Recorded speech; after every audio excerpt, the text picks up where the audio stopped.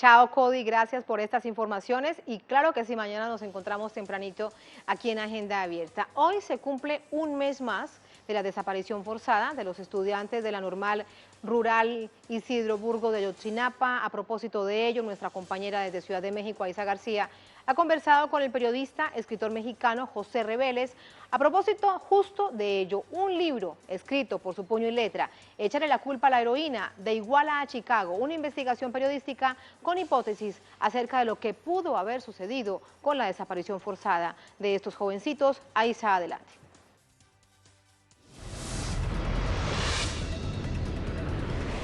¿Qué tal, Tatiana? Muy buenos días para ti, para toda la audiencia de Telesur. Y sí, vamos a hablar hoy de libros. Hay un libro en particular que está como recién sacado del horno y que explica el contexto en que desaparecieron los 43 estudiantes de Ayotzinapa. Esto ocurrió en septiembre de 2014. Y bueno, este es un tema que Telesur no solo le dio cobertura desde el inicio, sino que le ha dado seguimiento permanente a este tema. Y bueno, el libro lo escribe Pepe Reveles, quien ya está aquí con nosotros en Telesur. Pepe, gracias.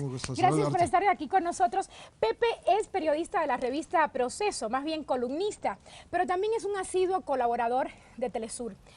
Pepe, cuéntanos, yendo al grano, ¿cuál es el planteamiento de este libro? El asunto es que estos 43 estudiantes de la Normal de Ayotzinapa ingresaron a Iguala a tomar unos autobuses y tuvieron la mala suerte de llevarse entre los 3 que tomaron. Ellos llevaban 2, más 3 salieron 5. Uno de esos, de los 3 que tomaron, iba con un cargamento de droga.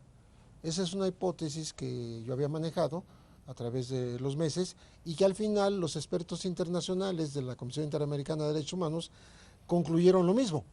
Ellos hablan del quinto autobús famoso, ¿no? Yo hablo de cualquiera de los otros, puede ser cualquiera, porque es un reino de la amapola. Es el territorio de sembradíos, de adormidera, donde se saca la goma de opio y la heroína más grande de América. Estamos hablando de Iguala, el lugar donde... Iguala y sus alrededores. Hay unos 40 municipios alrededor que participan de estos plantíos ilícitos. ¿Y por qué tú planteas en el libro, de hecho es subtítulo, de Iguala a Chicago? Descubrieron los expertos internacionales la conexión con una investigación que se lleva a cabo justamente desde el 2013, aunque los arrestos se dieron en 2014, de mexicanos que en Chicago recibían heroína en autobuses de pasajeros y el número, los dígitos, el indicativo local era de Iguala, exactamente. Entonces ellos descubren la conexión entre la salida de la droga del centro de acopio que es Iguala al centro de recepción que es Chicago. Y bueno, hay que dejar claro que Estados Unidos es el principal consumidor de drogas en el mundo. De hecho, tú lo explicas muy bien en el libro. Y hay una parte que es muy interesante que tú planteas acá, retomas algo que dijo Obama y es una investigación de la DEA donde dice que reportó un aumento de 324% en los decomisos de heroína en la frontera de México de 2009 a 2013. Estamos hablando de 4 años y lo dijo 2 semanas antes de que ocurrieran los terribles de Iguala. No hay una explicación posible para esto que ocurrió si no es la droga, porque los autobuses hay que recordar que fueron atacados cuando los jóvenes ya salían de la ciudad, ya los habían tomado, ya se iban, ya a nadie le podían hacer ningún daño. Estaban a 30 metros del periférico rumbo a Chilpancingo y fueron atacados con una orden de párenlos a como de lugar. Un solo autobús que yo conté tiene 91 disparos, para que se dé la gente una idea de la hazaña, de la agresión que hubo. Y tú también hablando del tema de la desaparición de los estudiantes, bueno, más bien empiezas el libro así, el gobierno mexicano ha sido incapaz en más de un año de hallar y ofrecer una explicación mínimamente lógica sobre la desaparición de los 43 estudiantes. Exactamente, ¿qué nos puedes decir más de esto? Bueno, primero yo leí miles de páginas del expediente, tuve acceso a ellas y lo que yo descubro es que es un expediente muy sucio, está muy entreverado, muy enredado, de manera, para mí, intencional. El expediente de la Procuraduría. Sí, del Ministerio Público, donde están las declaraciones de más de 100 personas. Que por los dichos de ellos, lo que le dicen a la autoridad, etcétera, tú te das cuenta de que es para desviar la investigación de lo central. De tal manera que hay 4 versiones de cómo acabaron con la vida de estos muchachos. En todos los casos son de muerte, pero una sola es la del basurero Cocula, donde dicen que los quemaron.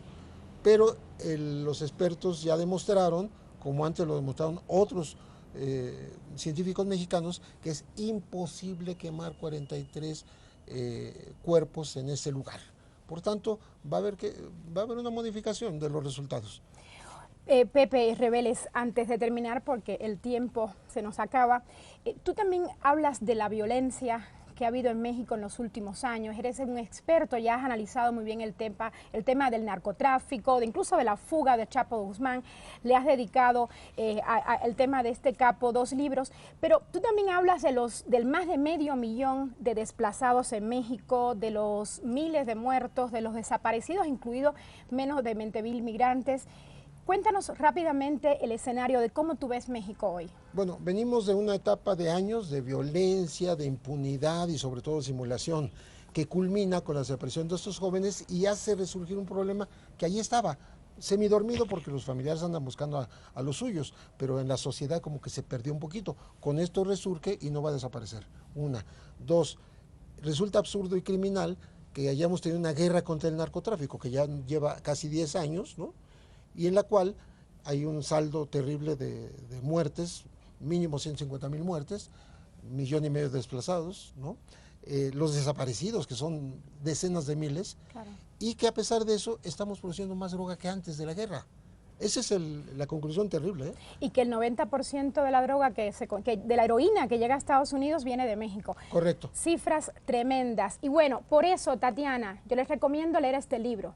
Es un libro que nos ilustra a todos de por qué ocurrieron estos hechos tan lamentables que enluteció a México durante más de un año y que, bueno, de los cuales nosotros seguimos muy pendientes de estas investigaciones que todavía se están llevando a cabo. Y seguiremos hablando del libro muy pronto, aquí en Agenda Abierta.